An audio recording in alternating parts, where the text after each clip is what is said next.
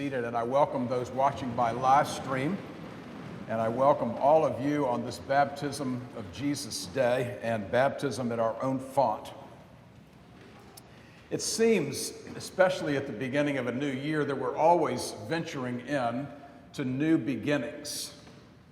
All of us can name, over the course of some years, some new beginnings that we've had. Some of them are significant. We would say the birth of our firstborn, if we're blessed to have children or grandchildren. Or it may have been the moment when you walked up the middle aisle of a holy place and said vows to another person and committed your life to a partner, to your beloved. It could be when you walked across the stage and a president of an institution then gave you a certificate or a diploma. And it's also the day of a baptism.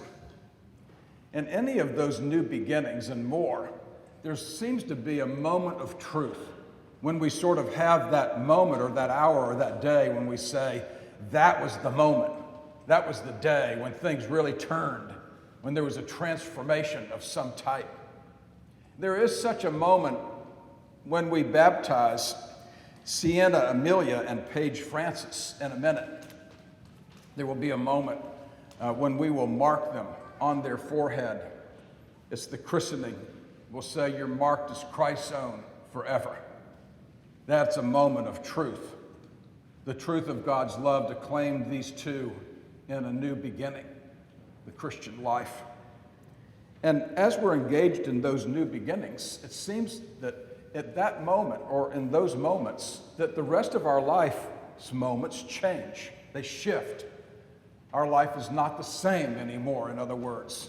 A chronos moment, chronologically speaking, steps into a kairos moment, which is a God moment, and it changes the direction of our life.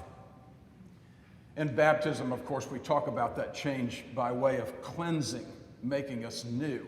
But I'm afraid that sometimes language about baptism and that moment of truth becomes a little frivolous. I'll give you an example. Recently, I saw an ad in a national magazine. It was promoted by a shower system. Notice they don't call it a shower head anymore. It's the shower system. And they were selling a shower system, and it was creatively done by the ad graphic artist. They had 3 shower stalls that were in the ad, and there were 3 gentlemen who were discreetly behind the shower curtains or the door, and they had captions as they were taking a shower with this new shower system. One of the ads in the first stall, the first shower stall, the gentleman was saying, I kicked my ball out of the sand trap, and I still made a double bogey. The second one, I wrote my son's book report, and we made a D. The third one, the gentleman is saying, I said to the young woman, when are you due? And she said, I'm not pregnant. And then across all 3 shower stalls, emblazoned in big, huge letters, was cleanse thyself big time. Cleanse thyself big time. But it didn't stop there. These ad people must have gone to divinity school, because here's what they said underneath the shower stalls.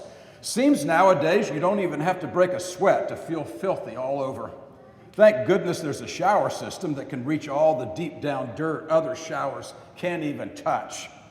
So no matter what's clinging to your body, munching on your bones, camping in your brain, or infiltrating your soul, and then they have the name of the shower system, this shower system's there to stare trouble straight in the eye and wash it away. Cast away your showers of old and start living a cleaner life. Shower systems for the body and for the soul. How's that? Cleanse thyself big time. Oh, we've all tried that, haven't we? We've gone to the how-to section in the bookstore. We've Googled our way into oblivion. We've tried to figure out how to clean ourselves up and fix ourselves and put ourselves into the right frame. We've tried all kinds of techniques and schemes, haven't we? Most of us have made New Year's resolutions. About now, we're starting to break them, by the way. All of this was going on, of course, all the way back to the Jordan River Valley. This isn't new. John the Baptist is gathered there with a whole cadre of people, including then his cousin Jesus from Nazareth. John was surprised to see Jesus present himself for a baptism of repentance, the only one who's walked this earth, who's in full communion with God, would present himself for baptism in the Jordan River. John the Baptist, Jesus' cousin, is surprised. In fact, he argues with Jesus. I'm not to baptize you, you will baptize me. However, Jesus intended to be baptized for particular reasons. John continues to argue and say, no. In fact, I'm not even worthy to untie your sandal. Jesus is baptized in the River Jordan, and we wonder, why is it that he presented himself there? And how is it that he's present to us in our baptism this morning? I want to tell two brief stories to begin to answer that question. First story comes from C.S. Lewis. Seems there was a barrister, a lawyer in London, who was walking home one cold and chilly night. You know how London can be foggy. You can barely see your hand in front of your face. He was walking across one of those bridges over the River Thames. He saw into the dark, sprinkling night a silhouette. It looked to be a young woman. The barrister then saw this woman, this silhouette, climb up onto the rail of the bridge and then cast herself towards the river. He ran down to that portion of the bridge, grabbed hold of the edge, looked over into the River Thames, and sure enough, she was thrashing around in the icy waters of the River Thames. He was stunned. He was also frozen in his tracks. He wanted to save her, but he did not. It tormented him. For years and years, he could not get this out of his system. He was near suicide himself one cold night again. He told himself, I've got to go back to the point on the bridge. Went back to the same spot, took hold of the side of the bridge, looked over into the river, and then shouted out loud, "Oh, young woman, please throw yourself into the river so I can save you and save myself."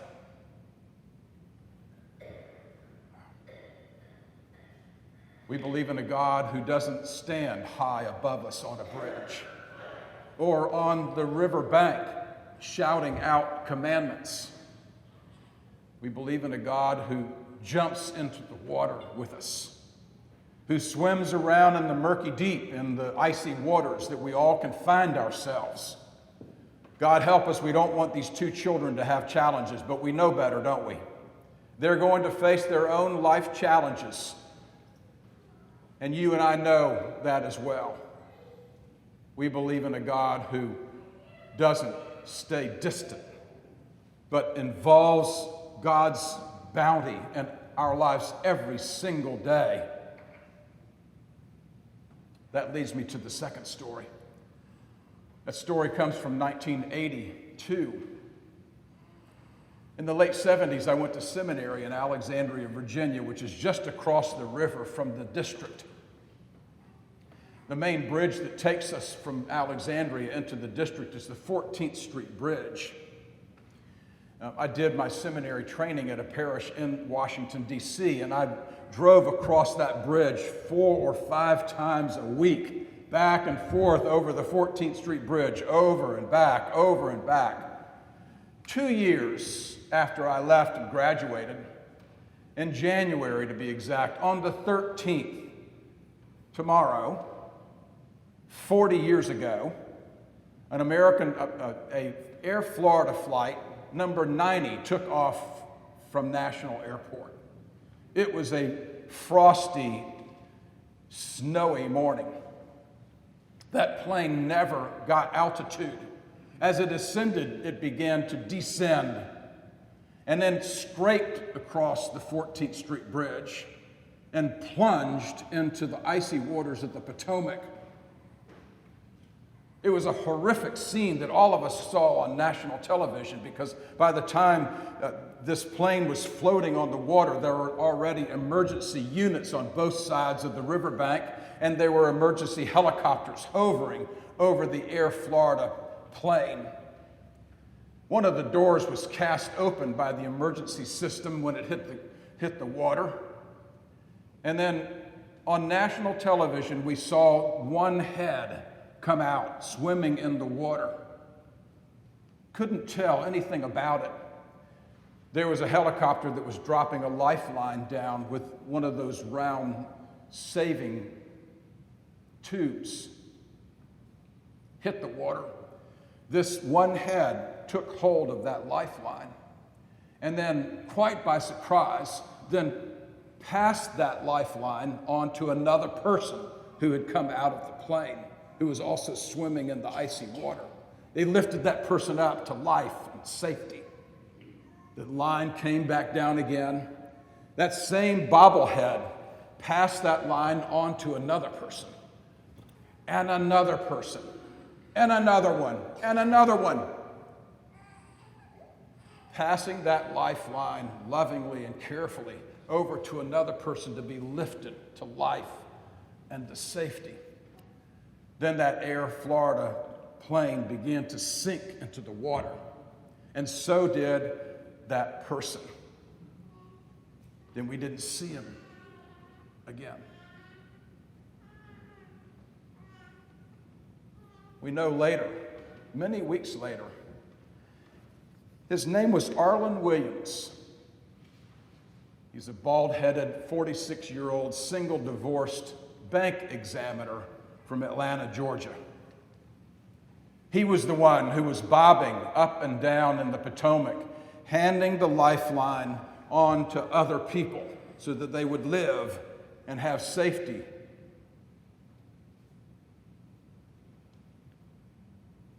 One of the helicopter pilots was interviewed later about what he saw.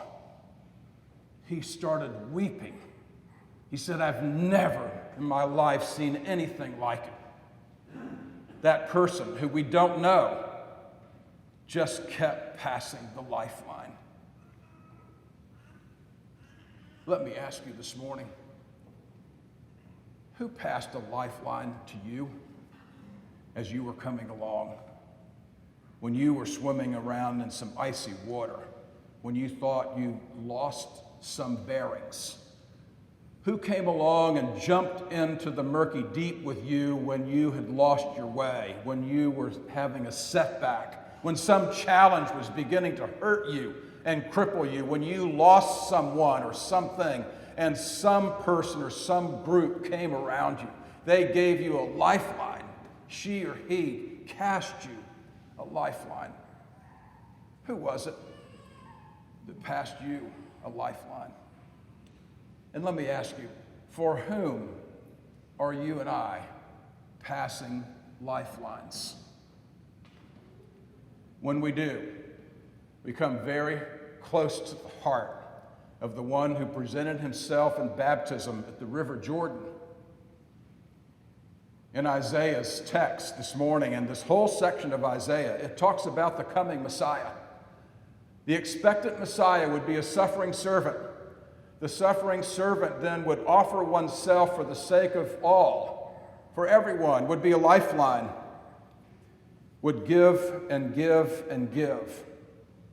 And we know now that that one born in Bethlehem who presented himself in baptism was the one Isaiah was talking about. The one who washes feet, the one who touches lepers, the one who befriends the outcast, the one who passes the lifeline on to all of us beginning in baptism. How about us? Have you had moments of truth when you said, yes, I would like to be in the lineage of Jesus. I would like to pass lifelines on to other people.